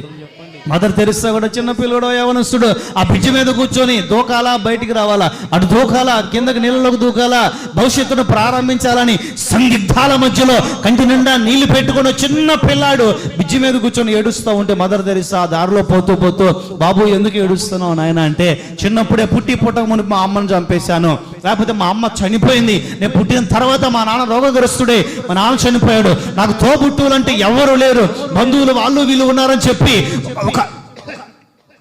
ఒక శరణార్థిగా ఆ బంధువుల దగ్గరికి వెళ్ళి చేయి చాపితే ఎవ్వరు హెల్ప్ చేయక పైగా నా మీద వేసే నిందేంటో తెలుసునా? నీ కర్మ. ఏంటది? చెప్పండి. నీ కర్మరాయిదని ప్రతి ఒక్కరు దూషిస్తూ ఉంటే ఇంకెందుకు, ఇదంతా నా కర్మే కదా, నా జీవితానికి ముగింపు పలుకుదాం, ఇక చచ్చిపోదాం అని చెప్పి బిజీ దగ్గరికి వచ్చానమ్మా అని ఆ తల్లితో చెప్తే ఆ తల్లి భుజం తట్టి అంటారు, నీ కర్మను నీ తలరాతన మార్చగలిగిన దేవుడు ఒకడు ఉన్నాడు, ఆయన దగ్గరికి వస్తావా? కోటని గట్టిగా ప్రభుకు చప్పట్లో. నీ కర్మను, నీ జీవితాన్ని, నీ కన్నీళ్లను మార్చగలిగిన దేవుడు ఒకడు ఉన్నారు, ఆయన దగ్గరికి వస్తావా? నేను చూసుకుంటాను రా అనలేదు, ఓ పెద్ద పెద్ద ట్రస్టులు ఉన్నాయి నాకు వచ్చేసే అనలేదు, పద్మభూషణ్ అనే ఒక గొప్ప అవార్డు పొందుకున్న మదర్ తెరిసా కూడా యేసుక్రీస్తు కృపలను ఇవన్నీ చేయగలిగాను. యేసుక్రీస్తు లేకపోతే నేను, క్రీస్తు శిలువను ధరించి, క్రీస్తు వస్త్రాలకు మాదిరిగా తెల్లని వస్త్రాలను ధరించి శాంతికి మరో రూపంగా నిలబడిందండి మదర్ తెరిసా. ఒక స్త్రీ, ఒక ఆడపిల్ల 16 ఏళ్ల వయసులో దేశంలో అడుగుపెట్టి, ఒక తెరిసాగా దేశంలో అడుగుపెట్టి నేటి దినాన్ని అందరి నోట్లో కూడా, పచ్చి విగ్రహారాధికుల నోట్లో కూడా పలకగలిగిన మాట ఏంటి? Mother Teresa. ఒక అమ్మ, ఒక తల్లిలా, ఒక స్త్రీని తల్లిలా చూడగలిగిన ఆ తత్వం ఎక్కడి నుంచి? హెల్పింగ్ నేచర్, సహాయం చేయాలి, పొరుగు వారికి మేలు చేయాలి. అందుకే ఆయన మనల్ని నియమించాడు, పిలిచాడు. ఆయన నామములు ఇవన్నీ చేయటం ద్వారా నలుగురైన రక్షణలోనికి వస్తారు. ఇప్పుడు మెడికల్ క్యాంపులు ఉన్నాయి. ఏం క్యాంపులు? ఎన్నో మెడికల్ క్యాంప్స్ ఉన్నాయి. పూర్వం మిషనరీలు సువార్త ఎలా చేసేవారో తెలుసిన? హాస్పిటల్స్ పెట్టి, హాస్టల్స్ పెట్టి, మెడికల్ క్యాంప్స్ పెట్టి పేద ప్రజలకి ఫ్రీగా వైద్యం చేస్తూ యేసుక్రీస్తు నామాన్ని ప్రకటించేవాళ్ళు. దీన్ని ప్రస్తుతం పుట్టగొడుగుల లేసిన మతోన్మాదులు ఆ మత ప్రచారం చేసి వాళ్ళ మతంలో కలుపుకునేదానికి చేసుకున్నారని అంటున్నారే కానీ, వాళ్ళు మిషనరీలు ప్రకటించిన ఆ ప్రచారం ఏంటో తెలుసునా? అయ్యా నువ్వు ఇంత మేలు చేస్తున్నావు, మీకు ఇవ్వడానికి ₹1 కూడా లేదయ్యా, ఇంత గొప్ప మేలు ఎక్కడికి కాని దేశానికి వచ్చి, ఎక్కడో విదేశాల్లో ఉన్న నువ్వు మా దేశానికి వచ్చి రాత్రింబగలు కష్టపడి ఇలా శిబిరాలు కట్టుకొని, ఇలా క్యాంప్స్ కట్టుకొని, ఇలా మెడిసిన్ ఇస్తూ, ఇలా ఇంజెక్షన్స్ ఇస్తూ, ఇలా జ్వరాలకి రోగాలకి మందులు ఇస్తూ మా ప్రాణాలు కాపాడుతున్నావు, దేవుడు అయ్యా నువ్వు అని వాళ్ళతో ఆ పదాలు పలికితే అప్పుడు వాళ్ళ నోట్ల నుంచి వచ్చే పదం నీటది, నేను కాదమ్మా దేవుణ్ణి, యేసుక్రీస్తమ్మ నిజమైన దేవుడు. ఆ దేవుడే నాతో చెప్పి, నాతో మాట్లాడి, ఫలానా చోట పేదవాళ్ళు ఉన్నారు, ఫలానా చోట నిరాశ్రయులు ఉన్నారు, ఫలానా చోట ఒక్క మందు కూడా కొనుక్కోలేని పరిస్థితుల్లో అర్ధాయుషుతో తమ జీవితాలని ముగించుకొని తమ కుటుంబాలు అనాథలకు విడిచిపెట్టి వెళ్ళే ఎన్నో కుటుంబాలు ఉన్నాయి. వారి దగ్గరికి వెళ్ళి వైద్యం అందించి వారిని బ్రతికించి వాళ్ళ కుటుంబాలకు ఆసరాగా నిలబడండి అని మా దేవుడు మాకు బోధించబట్టే మేము వచ్చి ఈరోజు మీకు వైద్యం చేస్తున్నాం ఫ్రీగా. మా దేశం నుంచి డబ్బు తెచ్చుకొని మీకు ఫ్రీగా వైద్యం చేస్తున్నాం అమ్మా, మాది కాదు గొప్పతనం, యేసుక్రీస్తుదమ్మా అని చెప్తే అప్పుడు వాళ్ళు నువ్వేంత గొప్పోడు అయితే యేసుక్రీస్తు ఇంకెంత గొప్పోడు అని నమ్ముకున్నారు. దేశంలో క్రైస్తవ్యం పెరిగే కోణం ఏంటో తెలిసిన అదే హెల్పింగ్. మత ప్రచారం అంటే అమ్మ పెట్టదు అడక్క తినేదంట. ఏంటంట చెప్పండి, మీకు తెలుసులే సామెత చెప్పనా? అమ్మ పెట్టదు అడక్క తినేదంట. వాళ్ళు చేయరు చేసే వాళ్ళని చేయలేరు. వాళ్ళు ఎవరు ఒక్క రూపాయి బయటికి రాదు. స్విట్జర్లాండ్కి పోయి స్విచ్ బ్యాంక్ ఓపెన్ చేస్తే ఆ దేశమే పట్టజాలంత సొమ్ము ఉంటుంది ఆడ. ఏమండి పురుగులు పట్టిపోతారు ఇట్లాంటి వాళ్ళందరూ, పురుగులు బట్టి వాళ్ళు చేయరు. వాళ్ళు ఎవరు, వాళ్ళు చేయరు. ధర్మకార్యాలు. ఏం కార్యాలు చెప్పండి. ధర్మకార్యాలు. రూపాయి వసూలు చేసి పావల పంచుతారు. ధర్మకార్యం ఏంటది? ఆ మిగిలిన 30 అడిగి పోవాలి, స్విట్జర్లాండ్కి పోవాలి, అడిగి పోవాలి, ఖాతాలోకి పోవాలి. ఐసిఐసిఐ కానీ ఎస్బీఐ కానీ ఇంకా ఆ రెండు నాకు తెలుసు. ఇంకా బ్యాంక్స్ ఖాతాల్లోకి పోవాలి. ఐటీ ఇన్కమ్ ట్యాక్స్ దాడులు నా చిన్నప్పటి నుంచి వింటున్నాను. వాళ్ళు దాడి చేస్తే ఖచ్చితంగా దొరుకుతాయి. ఇన్ని సంవత్సరాల నుంచి దొరుకుతానే ఉన్నాయి. ఏమండి ఒక హాస్య సంబంధం విషయం చెప్పున, ఇప్పుడు ఇన్కమ్ ట్యాక్స్ వాళ్ళు వసూలు చేస్తారా? ప్రభుత్వం వల్ల మేము ఇన్కమ్ ట్యాక్స్ వాళ్ళం, ప్రభుత్వానికి పన్ను కట్టకుండా మీరు దుర్మార్గంగా దాచుకునే వసూలు చేస్తాం అని చెప్పి వాళ్ళ దగ్గర అంతా దండుకొని పోతారా? వాళ్ళు పంచుకుంటారా? ఏం చేస్తారు? సరిపోయింది. ఐసు మొక్క. పేదవాడి చేతిలో ఉన్న పైసా, ఒక్కొక్క రూపాయి పేదవాడు పగలంతా కూలీ చేసి ఆ పేదవాడికి ఆ కూలికి ఆ 8 గంటల ఆ రక్తం ఖర్చు పెట్టిన దానికి, ఆ చెమట కార్చిన దానికి 8 గంటల శ్రమ ఫలితం పేదవాడి చేతికి రావాలి అని అంటే ఐస్ మొక్క కరిగినట్లు కరిగిపోతుంది దళారీల చేతిలో. ఎటు పోతుందో ఏమర్థం, పిచ్చెక్కి పోతుంటది. ఒకసారి అసలు ఆ న్యూసే చూడబుద్ధి కాదు, వినబుద్ధి కాదు. ఎక్కడ చూసినా ఎవరి స్వలాభాలు వాళ్ళు. ఏమండి వార్తా పేపర్ వాళ్ళు ఏమైనా తక్కువ వాళ్ళండి, వాళ్ళు కూడా రాజకీయ పార్టీలకు సపోర్ట్ చేస్తూ కొమ్ము కాస్తూ ఉన్నారు. ధర్మకార్యాలు క్షమించండి అమ్మో అలాంటి మాటలు మాట్లాడకూడదు.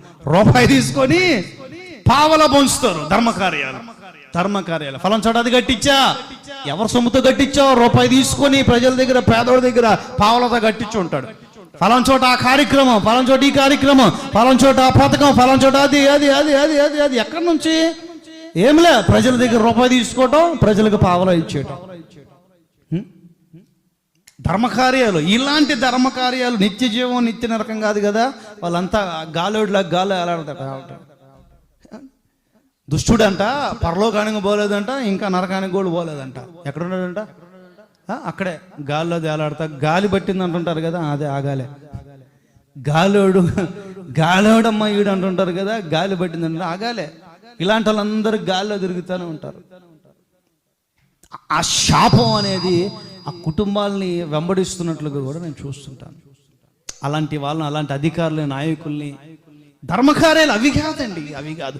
క్రీస్తు పేరట అయ్యా నువ్వు ఈ మంచి కార్యం చేసావు, నీకు ఎలా రుణం తీర్చాలి? నాకు రుణం తీర్చాల్సిన అవసరం లేదు. నా ప్రభు అయిన యేసుక్రీస్తు నాకు ఇది నేర్పించాడు. ఆమేన్. నా ప్రభు అయిన యేసుక్రీస్తు హింస పొందటం, సహించడం, భరించడం నేర్పించాడు. చూడండి, మతోన్మాదుల గురించి కూడా ఆలోచన చేస్తే వెనక కనెక్షన్ చూడు, కలిసిందేమో. టేప్ వేశారా?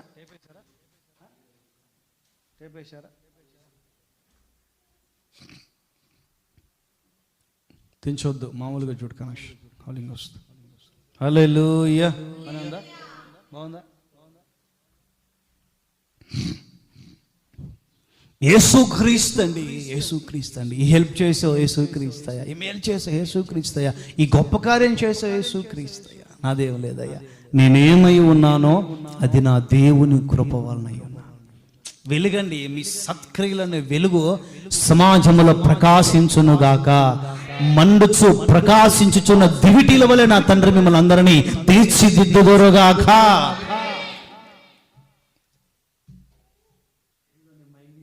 పరిగెడుతుంటారు. హల్లెలూయా. అసలు ఇంకొక విషయం చెప్తాను, చెప్పండి రామంటారా? బోయస్ గారు పనుందా? ఆకలేస్తుంటుంది బోయస్ గారికి. ఇంకొకటి చెప్తాను. తిమోతి మొదటి పత్రిక 6:12.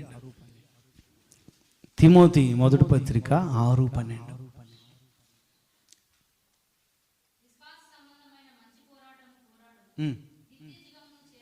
చాలండి. ఎవరికి నిత్య జీవం? విశ్వాస సంబంధమైన మంచి భలే ఉంటే ఫన్నీగా కొన్ని రిఫరెన్స్లు ఇక్కడ. మంచి పోరాటం అంటే అందరూ చెప్పండి, చెప్పండి గట్టిగా, చెప్పండి గట్టిగా. నిజానికి ఈ వర్తమానం 7 సంవత్సరాల క్రితం అండి. ఎన్ని సంవత్సరాలు? ఇంచుమించుగా 7-8 సంవత్సరాల క్రితం ఇంచుమించుగా వర్తమానం. 8 ఏళ్ల క్రితంది, 8 ఏళ్ల క్రితంది. కానీ ఎక్కడ కూడా చెప్పలా. ఇక్కడ కూటం, సువార్త కూటంలోనే ఎప్పుడో పై రెఫరెన్స్లు, జస్ట్ వాక్యాలు మాత్రం చూపించి కొన్ని విషయాలు చెప్పి అంతే. ఒక్క చోట గత దినాన ప్రభు ప్రేరేపిస్తే కొన్ని రెఫరెన్స్లు వాటికి సంబంధించి కొన్ని వెతుక్కొని జోడించి ఈరోజు నేను చెప్తున్నా. ఫ్రెషే దేవుడు మాట్లాడమన్నదే. విశ్వాస సంబంధమైన, అందరు చెప్పండి, మంచి పోరాటం అంట. మంచి పోరాటం. మనలో చాలా మంది పోరాడుతుంటారు. ఆదికాండం 30:8 30:8. ఆదికాండం 30:8.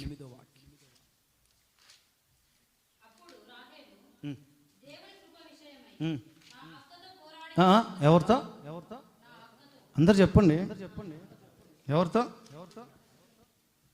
తోబుట్టు, మా అక్కతో. అమ్మ బాబు, గెలిచిందండి మనిషి. అసలు ఏ భయము, ఏ బాధ. కొంతమందికి ఇంట్లో వాళ్ళని కొట్టాను, ఇంట్లో వాళ్ళని తిట్టాను, ఇంట్లో గొడవ జరిగింది, లేకపోతే ఇంట్లో అట్లయింది ఇట్లయిందని పక్కింటి వాళ్ళకి ఇప్పుడు సేవకులుగా మాకంటే చెప్పాలి, కొన్ని విషయాలు చెప్పాలి. మేము ప్రార్థనలో పెడతాం, అందరికి చెప్పుకుంటూ తిరగం కాబట్టి చెప్పాలి. కానీ ఇరుగు పొరుగు వాళ్ళకి అందరికి పబ్లిసిటీ చేసుకుంటే అప్పుడెప్పుడు వేసాను గారు, తప్పుగా అనుకోకండి, నేను నా స్థితికి చెప్పకూడదు. చిన్న విషయం కాబట్టి చెప్తున్నాను, జస్ట్ కట్ చేసి వెళ్తాను. ఇప్పుడు ఆయన పాలు పోసి ఆయన ఉన్నాడట. మీకు తెలిసిందే, మీరు విన్నారు అవన్నీ, మీకు తెలిసిందే. మీరు తల నేరుస్తున్నారు అట్లాంటి విషయాల్లో. ఏమండి, ఒక పాలు పోసి ఆయన ఉన్నాడంట, ఒక తల్లి గారు ఉన్నారు. ఉదయాన్నే వస్తాడు, రాత్రి మా ఆయన కొట్టాడయ్యా అని అంటదంట. ఆడు వెళ్ళిపోతాడు చూసుకొని, సర్లేమ్మా ఓర్చుకోమ్మా అని చెప్పి ఏదో 4 మాటలు చెప్పిపోతాడు. మళ్ళీ నెక్స్ట్ డే వస్తుంట, నిన్న మా ఆయన కొట్టాడయ్యా, నిన్న మా ఆయన వరుసగా 4 రోజులు వరుసగా చెప్పుకుంటూ వస్తుంటే మనోడు చిరాకు దొబ్బి ఏమన్నాడు? అట్లా కుక్కని గొడ్డును బాధినట్టు గొడ్డును బాధినట్లుగా బాధే ఆయనతో ఉండకపోతే నాతో వచ్చాయమ్మా అన్నాడు. పొరుగు వారికి చెప్పుకునేదానికి అస్సలు ఏ బిడియం ఉండదు. అక్కతో పోరాడి గెలిచిందంట, తోబుట్టుతో. పోరాడి గెలవకపోతే మాటలతో జరగదా? మాటలతో జరగవా? పోరాడి గెలుస్తుంటే భార్యలు భర్తల్ని, భర్తలు భార్యల్ని పోరాడి గెలిచాను, నేను మా భార్యతో పోరాడి గెలిచాను అని చెప్పుకొని తిరుగుతూ ఉంటాడు. ఎవరికి? పనులు చేసే దగ్గర పనుల దగ్గరికి, ఉద్యోగాలు చేసే దగ్గర ఉద్యోగాలు చేసే వాళ్ళకి, వ్యాపారాలు చేసే దగ్గర వ్యాపారాలు చేసే వాళ్ళకి, అందరికీ. నిన్న మా ఆవిని కొట్టాను చూడు, సిగ్గు లేకుండా. ఇంట్లో ఆడపిల్లల్ని కొట్టొచ్చా, కొట్టకూడదు? ఆడపిల్లల మీద అసలు చేతులు వేసుకోవచ్చా, చేతులు వేయవచ్చా? ఎలా చూసుకోవాలి, ఎలా మాటలతో నడిపించుకోవాలి, సంసారం ఎట్లా చేసుకోవాలో తెలియని ఈ ప్రబుద్ధులు పబ్లిసిటీ చేసుకోవడానికి మాత్రం ముందుంటారు. ఇంట్లో ఎట్లా గొడవ జరిగిందో చూడు, అట్లా జరిగింది, ఇట్లా జరిగింది. వీళ్ళు కూడా అంతే, స్త్రీలు కూడా అంతే. అరే ఇంట్లో ఇంటి ఆయన్ని, పెనిమిటిని, యజమానిని ఎలా చూసుకోవాలి, ఎలా వారితో నడుచుకోవాలో ఎన్నో కుటుంబాలు ఆదర్శ కుటుంబాలుగా. శారా అబ్రహాం దంపతులు చూడండి, ఎన్ని సంవత్సరాలు బతుకున్నారండి వాళ్ళు? ఈమెకేమో 90, ఆయనకేమో 100. ఓకే, అప్పుడు పిల్లోడు పుట్టాడు అనుకోండి. 175 సంవత్సరాలు, 175 సంవత్సరాలు అబ్రహాం బ్రతికాడు. 125 సంవత్సరాలు, ఇంచుమించుగా 125 సంవత్సరాలు శారమ్మ బ్రతికింది. ఇప్పుడు నాతో రామ్మ, నేను చూసుకుంటానని అబ్రహాం ఆమెను పిలిచింది. ఇంచుమించుగా వారి వివాహం 40 years దాటిన తర్వాత, 40 ఏళ్ళ వయసు, సరే 50 అనుకుందాం, అప్పటి ఆయుష్కాలను బట్టి అనుకుందాం, మనకు తెలియదు. 50 ఏళ్ళ వయసులో వాళ్ళకి పెళ్ళయిందండి. శారమ్మకి 40, అబ్రహాం అయ్యగారికి చెప్పండి 50. శారమ్మకి 40, అబ్రహాం గారికి 50. 125 సంవత్సరాల వయసు శారమ్మకు వచ్చే వరకు కూడా 40 నుండి 125 రావాలంటే ఎంత? 115 సంవత్సరాల? 115ఏనా? 105? సరే 100 ఏళ్ళు బతుకున్నారా? 100 ఏళ్ళు కలుస్తున్నారుగా. ఏమంటారు దాన్ని? దాంపత్య జీవితం. 100 ఏళ్ళ పంట అంటుంటాం చూసారా? చూడండి, 100 సంవత్సరాలు పిల్లలు లేకపోయినా, ఏ ఊరు లేకపోయినా, తోడు లేకపోయినా, తల్లిదండ్రుల్ని, బంధువుల్ని అందరినీ విడిచిపెట్టి కాని దేశానికి, కాని ప్రాంతానికి భర్తని నమ్ముకొని భర్త అడుగుజాడలో నడుచుకుంటూ వచ్చిన శారమ్మ తన యజమానిని నా యజమానుడా అని పిలిచిందంట. స్తోత్రం చెప్పండి గట్టిగా. చూడండి వారి దాంపత్య జీవితం. ఎందుకు వస్తాయి గొడవలు? పోరాడి గెలిచేది. ఇదిగో ఈ అన్నదమ్ముల గురించి కూడా మరలా ఇక్కడ చెప్పాలి. ఇప్పుడు ఈ అక్క చెల్లెళ్ళు, నా అక్కతో పోరాడి గెలిచి తిని ఏంటంట, అక్కడ ఏదైనా తోటలో ఏం జరిగింది? అన్నదమ్ములు. ఇదిగో ఇక్కడ యాకోబు ఏశావులు ఎవరు? అన్నదమ్ములు. చూసారా ఆ లింక్ అప్ ఎట్లా కొనసాగుతుంది, ఆ స్పిరిట్ ఎలా నడుస్తుందో చూసారా? ఇంట్లో మనకి గొడవలు, మళ్ళీ పోరాడి గెలిచానని ఒక బిరుదాంకితం ఒకటే. పోరాడి గెలిచి పుట్టిన బిడ్డకి ఇంకా అది చిరస్థాయిగా జీవితంలో జ్ఞాపకం ఉండాలని నఫ్తాలి మా అక్కతో పోరాడి గెలిచా. మళ్ళీ వాళ్ళ మీద దోషం లేకుండా దాని ముందు ఒక పదం, దేవుని కృప కోసం పోరాడి గెలిచిందంట. ఎవరి కోసం? ఎవరితో? అక్కతో, తోబుట్టువులతో, ఇంట్లో వాళ్ళతో గొడవలు అంత మంచివి కాదండి. ఒకవేళ ఎవరైనా ఉండుంటో నాకు తెలీదు, ఇంతవరకు ఎవరు చెప్పలేదు ఆ విషయాలు. ఇంట్లో వాళ్ళతో ఏమైనా అభ్యంతరాలు ఉంటే మాట్లాడుకోండి. ఎందుకంటే జీవితాంతం కలిసి ఉండాలి. చిన్న అప్పుడే ప్రారంభించబడిన న్యూ కపుల్స్ కాదు కదా, కొత్త జంటలు ఏం కాదు కదా. ఆ అబ్బాయి మీద ఈమె అనుమానం, ఈమె మీద ఆ అబ్బాయికి అనుమానం, ఈ అనుమానాలతో ఒక సంవత్సరం విడిపోయి, మళ్ళీ సంవత్సరం కలిసి, ఒక సంవత్సరం విడిపోయి, మళ్ళీ కలిసి, చిట్ట చివరికి ఇద్దరు కలిసే ఉంటారు. మధ్యవర్తులు ఉంటారు చూసారా, వాళ్ళు తిక్కలో అయిపోతారు. ఇట్లా న్యూ కాదు కదా. ఎదిగిన వాళ్ళు, ఎన్నో సంవత్సరాల నుంచి జీవితాల్లో కలుస్తున్న వాళ్ళు, చిన్న అభిప్రాయాలు ఏమైనా ఉన్నా మాట్లాడుకుంటూ, అన్నదమ్ములకి, అక్కా చెల్లెళ్ళకి ఏమైనా ఉన్నా కలిసి మాట్లాడుకునేది. లేకపోతే వాళ్ళ చావుకు వాళ్ళని వదిలేయండి, కానీ మీరు మాత్రం వారితో పోరాడద్దు. మనం ఎవరితో పోరాడాలో తెలుసునా? ఆ పక్కనే 2 అధ్యాయాలు దాడితే మన యాకోబు మంచి మాదిరి చూపిస్తాడు. 32:28. 32:28. అప్పుడు యేసయ్య యాకోబుతో అంటారు, యాకోబు, నీవు నీ సహోదరులతో కాదయ్యా, నీ తోపుట్టులతో కాదయ్యా, నీ భార్యతో కాదయ్యా, నీ ఇంట్లో వాళ్ళతో కాదయ్యా, నీవు దేవునితోనూ మనుషులతోనూ. దానికి అర్థం దేవుడు మనిషి 2 ఒక్కడే. దేవుడు యేసుక్రీస్తు, మనిషి కుమారుని యేసుక్రీస్తు దైవ మానవుడిగా ఉండి దేవుని దూతగా ఆ రాత్రంతా యాకోబుతో పోరాడు. లేకపోతే యాకోబు పోరాడిన నా ప్రభు అయిన యేసుక్రీస్తు. కొట్టండి గట్టిగా. దేవుడు మనిషి 2 ఒక్కడే. అక్కడ యాకోబు, నువ్వేదో సామాన్యులతో పోరాడలేదయ్యా, నువ్వు నాతో పోరాడావు. దేనికి? అక్కడ రాహేలు వాడిందే కృప అని, అది నిజమైన కృప కాదు. ఇదో ఇక్కడ యాకోబు పోరాడేదే నిజమైన కృప. నన్ను ఆశీర్వదించయ్యా, నన్ను ఆశీర్వదించు. ప్రార్థనలో రాత్రంతా యాకోబు నన్ను ఆశీర్వదించయ్యా, చేతికరతో కేవలం నేను యోర్దాను దాటానయ్యా, 2 గుంపులుగా మార్చబడ్డానయ్యా, ఈరోజు మా అన్న ఏ క్షణం నా మీద దొమ్మిగా వచ్చి నన్ను చంపుతాడు, నా పిల్లల్ని అనాథలుగా చేస్తున్న, భార్యల్ని అనాథలుగా చేస్తున్న, ప్రాణాన్ని గుప్పెట్లో పెట్టుకుని నువ్వు కృప చూపకపోతే, నీవు ఆశీర్వదించకపోతే ఒక్క అడుగు నేను ముందుకు వేయను, ఒక్క అడుగు నిన్ను ముందుకు వేయను. నేను ఆశీర్వదిస్తే కానీ నిన్ను పోనీయను. రాత్రంతా ప్రార్థనలో పోరాడి పోరాడి పోరాడి, అన్నా వాళ్ళని సమస్య ఉంది ప్రార్థన చేయన్నా, అయ్యా తప్పకుండా ప్రార్థన చేస్తానే. మరి నువ్వేం చేస్తావు? పేకల దాకా పడుకుంటా.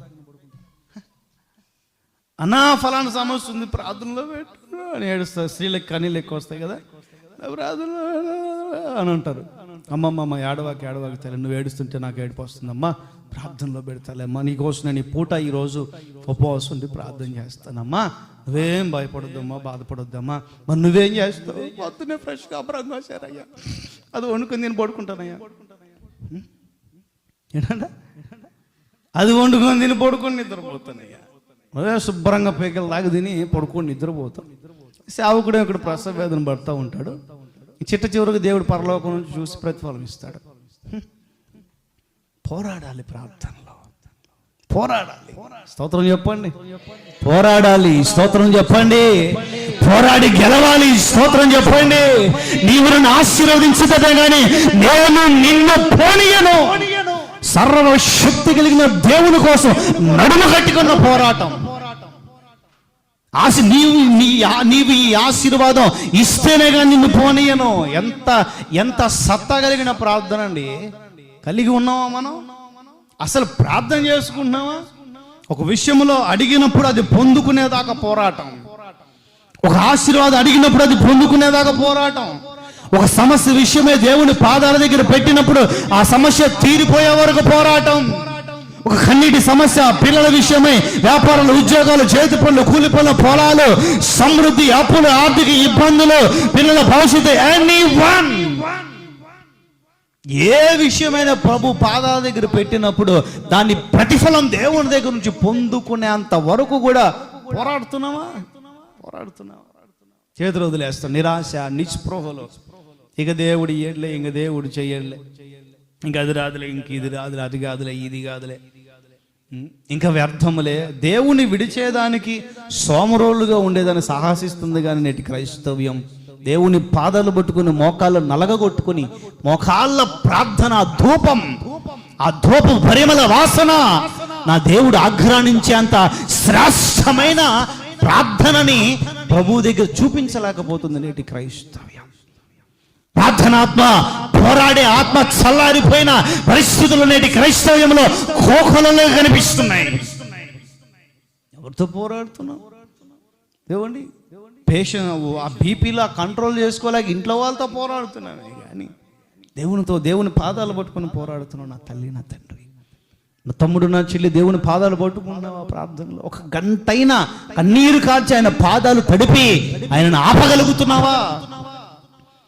హిజ్కియా, నీకు మరణకరమైన రోగం వచ్చింది, ఏ రోగం నీకు అనవసరం, నీవు సావపోతాను, నీ ఇంటిని చక్క పెట్టుకో.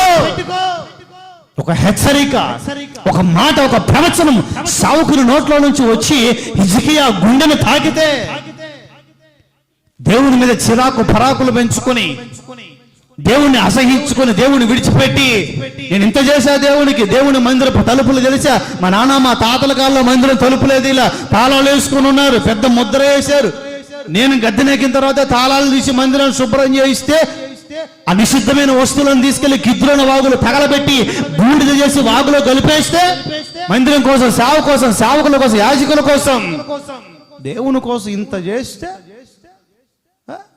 నాకు ఈ రోగమా? మరణకరమైన రోగమా? అసలు చరిత్రలోనే చెప్పబడిన రోగమా? ఏమన్యాయం చేశాను నేను క్వశ్చన్లు వేసుకోలేదండి.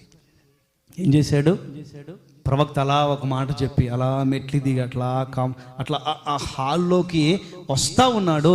పైన హిజ్కియా కన్నీరు కార్చి, అయ్యా నేను ఏ ద్రోహం చేశానయ్యా, మంచి కార్యాలు చేశాను కదా, మంచిగానే ఉన్నాను కదా, నేను నీ సన్నిధిలో నేను ఎలా నడుచుకున్నానో నీకు తెలీదా? నీకు తెలిసినే కదయ్యా, నీకు మరుగైనది ఏముందయ్యా? నేను పాతాళానికి వెళ్ళి నీకు మరుగై ఉండగలనా? ఆకాశ గగనాలకు నీకు మరుగై ఉండగలనా? సముద్ర ద్వీపాలు దాటి ద్వీప కల్పంలోనికి వెళ్ళి మరుగై ఉండగలనా? పర్వతాల మీద నేను నీకు మరుగై ఉండగలనా? ఎక్కడికి వెళ్ళినా కూడా నేను నీకు మరుగై ఉండలేను కదా అయ్యా. నీకు తెలుసు కదా నేను ఎలా ప్రవర్తించి. కన్నీరు కార్చి అక్కడ మేడగదిలో హిజ్కియా ప్రార్థన చేస్తుంటే ప్రవక్త అడుగులు ముందుకు వేయలేకపోతున్నాడండి. కోటని గట్టిగా ప్రభు చెప్ప. ప్రవక్త అడుగులు ముందుకు వేయలేకపోతుంటే కళ్ళు మూసుకొని దేవుని ప్రశ్నిస్తున్నాడు ప్రవక్త. అయ్యా ఏమైందయ్యా, అడుగులు ముందుకు వెళ్ళట్లేదు బాబు. హిజ్కియా ప్రార్థన, నీ అడుగులు ముందుకు వెళ్లకుండా చేస్తున్నాయి యేషయ్యా. మరి ఇప్పుడేం చేయమంటావు? హిజ్కియాను చంపడానికి నాకు మనసు లేదు. మరొక 15-16 సంవత్సరాల ఆయుష్ నేను హిజ్కియాకు పొడిగిస్తున్నాను. గోటు గట్టిగా చెప్పుకోలేని రోగం, మరణకరమైన రోగం, తీర్చబడిన రోగం, వైద్యులు చేతులు ఎత్తేసిన రోగం, ఏ రోగమైనా నా దేవుడు నయము చేసి ఆయుష్ను పెంచగలిగిన దేవుడు. ఆయన పేరు నజరేయుడైన యేసు. దానికి కావలసింది మన రోగాలు నయమవ్వటానికి కావలసిన కన్నీటి ప్రార్థన, దేవుని ఆపగలిగిన ప్రార్థన. ఆపాలి దేవుని హృదయాన్ని. దావీదు కుమారుడు నన్ను కరుణించు అంటే నా యేసయ్య ఒక్క అడుగు ముందుకు వేయలేకపోతున్నాడు. వారి ప్రార్థన విన్న అదే దేవుడు కాదా ఇప్పుడు మనం ఆరాధిస్తుంది?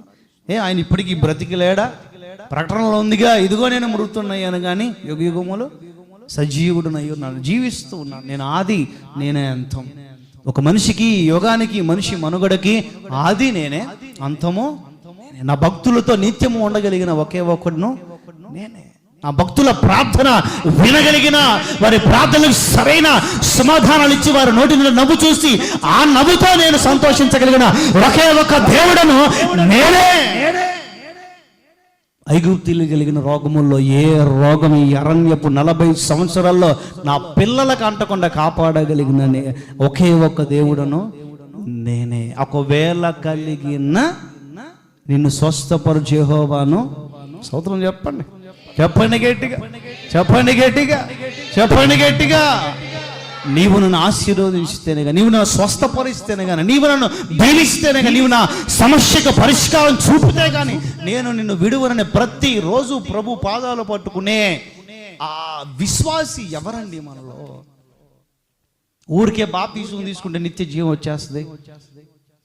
బాప్తిస్మం తీసుకుంటే పరలోకానికి పోతావు, బాప్తిస్మం తీసుకో పరలోకానికి పోతావు, బాప్తిస్మం తీసుకో పరలోకం. సరిపోతుందా? బాప్తిస్మం తీసుకోవాలి. సరిపోద్దా? సరిపోదు. సత్క్రియలు ఉండాలి. లేకపోతే ఆ విశ్వాస సంబంధమైన మంచి పోరాడాలి. స్తోత్రం చెప్పండి. అక్కతో కాదు, అన్నదమ్ములతో కాదు, తోబుట్టువులతో కాదు, ఇంట్లో వాళ్ళతో కాదు మన పోరాటాలు. అసలు ఇంకా పత్రికల్లో ఉంటుంది. ఎక్కడ ఎఫ్ఎస్సి 6:12 అనుకుంటా. ఎఫ్ఎస్సి 6:12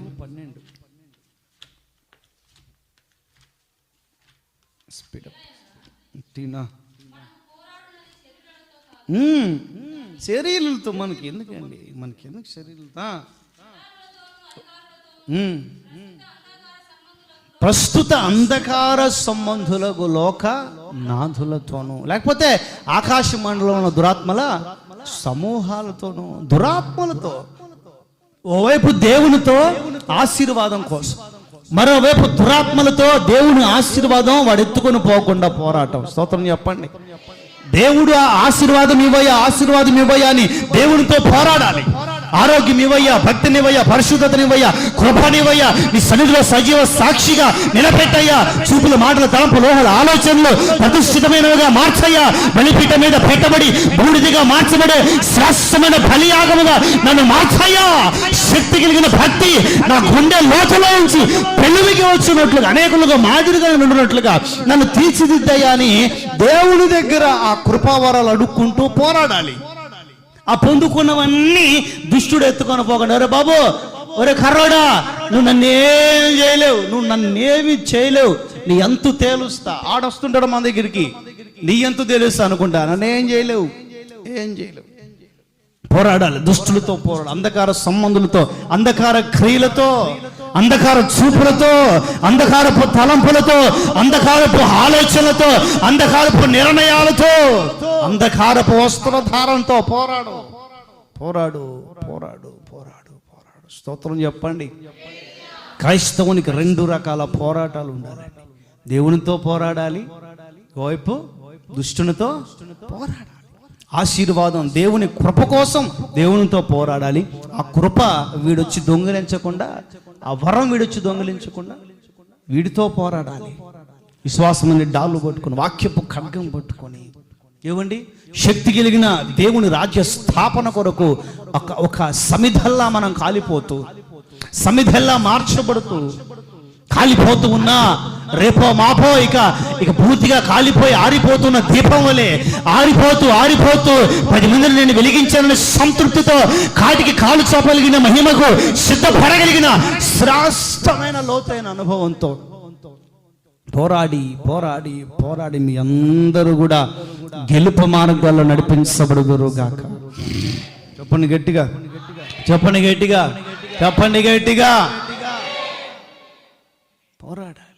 పోరాడే వాళ్ళకే దీనినే మంచి పోరాటం ఏమంటారు? మంచి పోరాటం. ఏది మంచి పోరాటం? దేవునితో దయాలతో పోరాటమే మంచి పోరాటం. ఆశీర్వాదం కోసం దేవునితో, అవి దొంగిలించబడుకున్న దుష్టునితో పోరాటమే మంచి పోరాటం. అక్కతో పోరాటం చెప్పండి, మళ్ళీ గుర్తు చేయాలి. అవన్నీ మంచివి కాదు. ఇంట్లో పోరాటాలు అనేవి అస్సలు మంచివి కాదండి, అస్సలు మంచివి. ఇంట్లో పోరాటాలు, ఇంట్లో కలహాలు అనేవి ఎవరెవరికి ఉన్నాయో నాకు తెలియదు. మీరు కూడా మంచిది, ఒకవేళ సేవకులు చెప్పడం తప్పలేదు, కానీ ఒకవేళ మంచిదే దాచుకోవటం అనేది. మీరు అవి ఏదో గొడవలు జరిగినాయి దాచుకోవటం అని కాకుండా అవన్నీ నిమ్మలం అయ్యేటట్లు చూసుకోవాలి. స్తోత్రం చెప్పండి. చాలండి, ఇంకా 3వ విషయం ఉంది, కానీ ముగిస్తాను. దేవుని చిత్తం ఉంటే 5 విషయాలు ఉన్నాయి అన్నాను కదా. దేవుని చిత్తం ఉంటే మరలా నేను ప్రార్థన చేసుకున్నాను.